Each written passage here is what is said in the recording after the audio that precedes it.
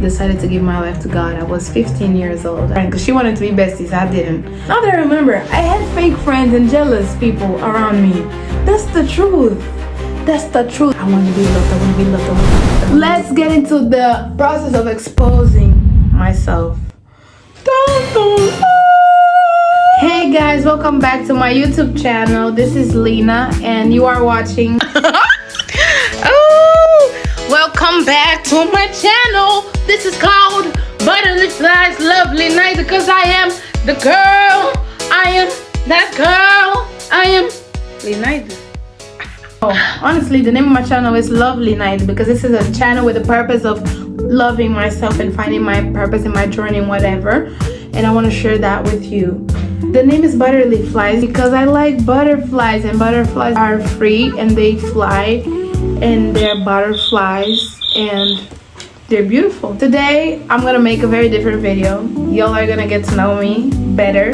I'm here with my iPad. I'm taking notes. The first thing I'm gonna be addressing is my trauma and fear of taking pictures. Like growing up, I remember until I was like around 10, I still loved taking pictures. I felt confident in pictures. My mom used to say that I was photogenic, so I trusted that until like teenage years really crashed down my confidence. I started hating taking pictures. I just felt ugly all the time. And also when I got in high school, I got bullied a lot. People used to say that I was ugly. And overall, even if they wouldn't say it, I just never felt beautiful because the people they would consider beautiful and pretty were different than me. I remember there was one day that we were talking in the classroom. It was boys and girls, and one girl decided to play a game and ask the boys, if you had a chance, what girl would you hook up with? The girl who started that at the time was my best friend, if I can say best friend, because she wanted to be besties, I didn't. They said my name. It was not all of the boys in the classroom, but I remember that they said me. When I heard it, I was shocked, and the girls were shocked too. And I was shocked because I thought I would never be on that list. Cause I had fake friends and jealous people around me. That's the truth. That's the truth. Every time someone would put up a phone and record or take a picture, I would hide my face. I would be like this. Now I'm confident. Now I like my appearance, of course. And now people call me beautiful. But still, I still carry those traumas. You know, my body, even though my mind knows that I'm beautiful, my body still carries the trauma of when I was called ugly. I feel like it's also a matter of like abandoning or leaving the environment that made me feel ugly. Not being friends with those people anymore. And just, I don't know, my life changed. I grew up, and yeah, when I'm out with girls and they're like, oh, it's pictures time, let's take pictures. I start shaking, my heart starts pounding. Because another thing that I wanted to say is kind of related to the first trauma that I mentioned. Like having friends, but they continuously like put you down, make you feel ugly. That is your downfall. That was my downfall. Because I had a bestie, the one that I was talking about. She would always put me down, not compliment me, not just make fun of my looks. She's the type of girl that is ready to criticize you rather than give you compliments. People don't know, but I went to the doctor once here in Portugal to get surgery. I had no money, mind you. I was 17 years old, I think. Now, this is me. I love me. I'm unique. Not feeling confident in my career path. I want to be a singer. I want to be an artist. I want to be an actress. I want to be a songwriter. I want to be a poetess. I want to be in the entertainment industry. Always loved it, but I was always so scared. Always been so scared to say that I really love this. So instead, I decided to do business management. The thing is, I came to live here in Portugal in 2022, if you guys don't know. I think I was just a kid and I was just doing what I felt like was right and what I was supposed to do. Since I finished high school, I have to continue my studies. But as I'm doing the course, guys, I don't like this. I don't want to be there. Ever since I know myself, I've always wanted to be a singer. But you know, people have constantly put me down and said, oh, this is not a good career path. This is not a good thing. Don't do this. This is not a good career path. This is not gonna work. Like, please, get a real job. This is a real job. This is a business. This is a business. I want to be an entrepreneur. I want to be a businesswoman. But mainly, I just want to be a singer. I just want to be an entertainer, a performer. Why do people even think that wanting to be a singer and a writer, songwriter is less ambitious than being the corporate economic business world? I don't want to do that. I want to be happy. My main goal is to be happy, and I have to be happy in my own way. Not feeling confident in what I have to say or in how I present myself. I've always been too nice. Too nice. When I say too nice, I mean too nice. That people always thought that they could take me for granted and take advantage of me. And so because people started taking advantage of me, I started thinking that I was actually a fool. Because they saw me as a fool. I started believing what they said about me, and I started acting like a fool. Kind of a psychology thing here, if you understand what I mean. It's like people expect me to be a fool. People think I am a fool. I'm going to act like a fool so I don't let their expectations down of me. Their expectations of me down. You get me? I've always been pretty scared of speaking my mind and saying the things that I want to say, because I felt like people wouldn't care, because who am I? I'm just a joke. I need to let these thoughts out and, pretty much move on from this. This is not something I'm healed from yet. I've always wanted to just put a smile on people's faces, and I think the minute I made people comfortable, because I like making people comfortable, I want people to feel cozy, I want people to feel good about themselves. They think they can disrespect me. That's the consequences of being too nice. I was never the problem. The world is this way. People are this way. Also, I have developed a very people-pleasing character because of that. Like, I've always wanted to be liked. To be liked, I had to just put up a front and perform, have kind of a character. I feel like also not feeling confident in what I have to say stems a lot from my relationship with the ones who made me.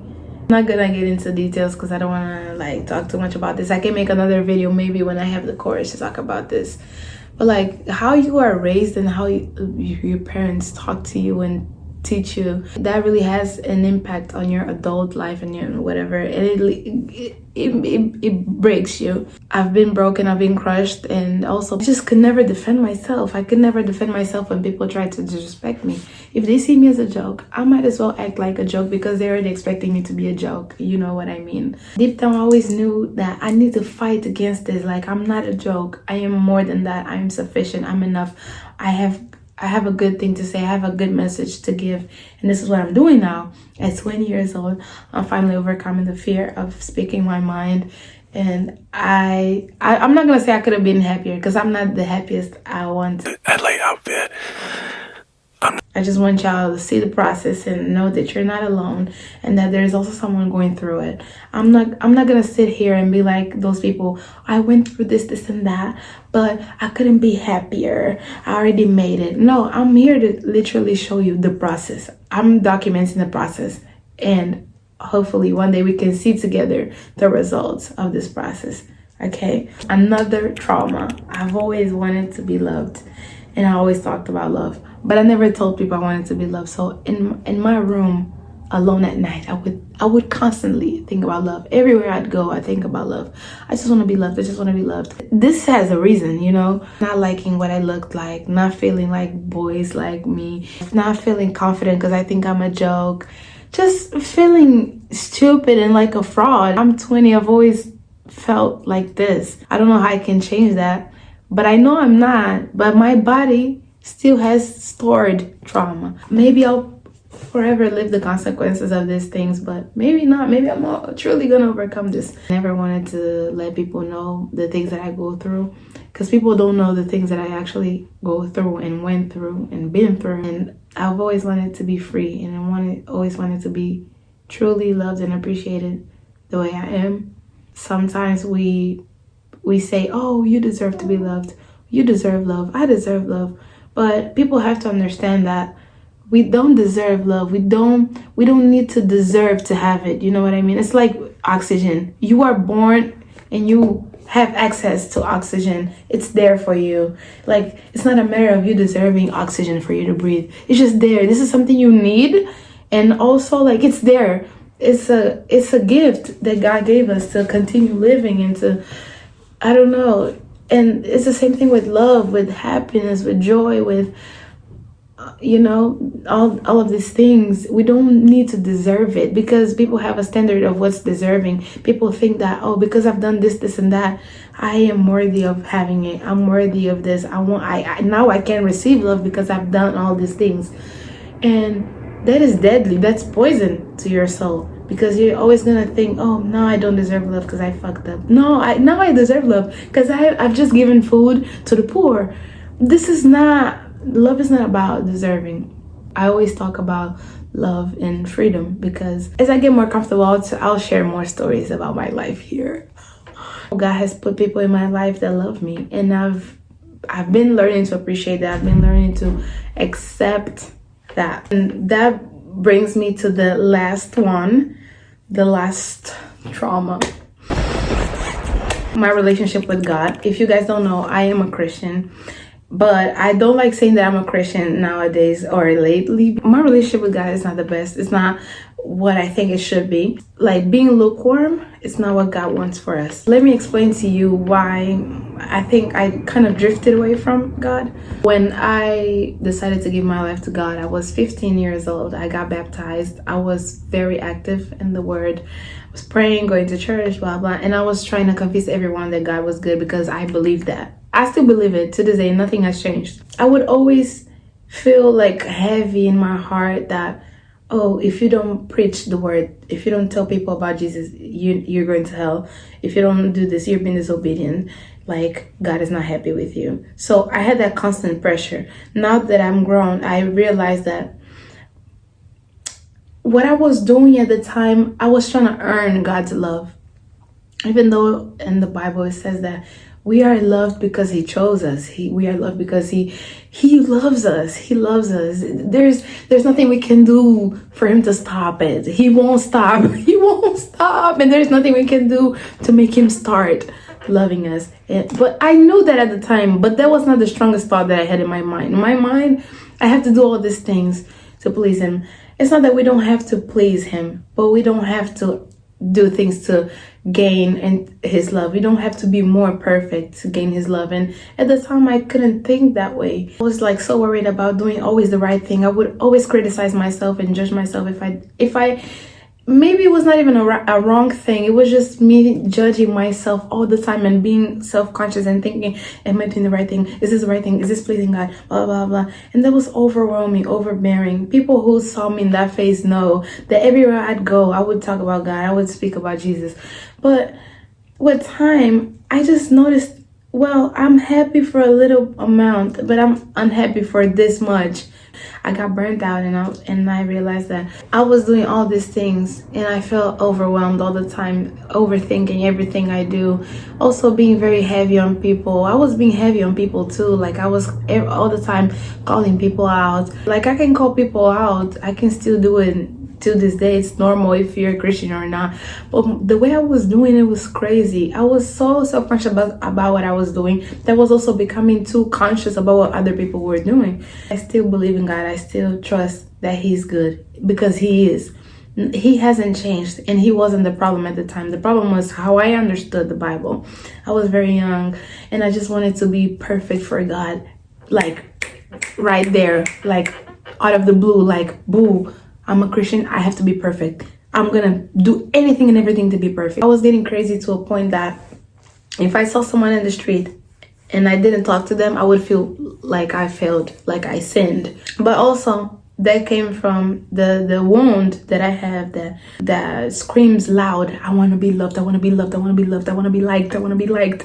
Please, God, like me, please love me. I have poems that I wrote on my phone saying, God, can you please love me? Like, what can I do for you to love me more? Like, yeah, I just want to be loved by you. Like, obsession, crazy obsession. And that stems from an even deeper wound. I didn't get the love that I needed growing up. That's too tough to talk about.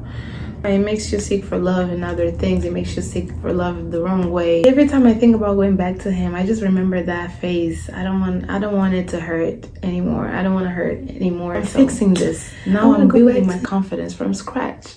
Now that I'm 20 years old. That is beautiful. I'm proud of myself. Like, I have a hard time being proud of myself. I have a hard time contemplating my victories. But here I am. I'm happy that I get to do this genuinely, that I get to do YouTube, that I get to share this with you. I also feel like God has always given me this happy personality, strong personality, because like I always have hope for a brighter future. I always have hope. There is no way that this is the end of my story. This cannot be the end of my story. And I always felt in my heart that I need to impact and change someone's life. And we don't do life alone. We're a product of society, and we build ourselves in society, in companionship. And just to wrap it up, this is I think this is a very long video. I'm gonna have a lot of time, a lot of work editing this. Thank you for watching. Thanks for staying to the end. We are strong. We have a thing to say. We have a beautiful voice to be heard. We have beautiful things to show. And they will see it. The world will see it. And we will see it. We are the ones that have to first see it. Bye bye, guys. See you on the next video.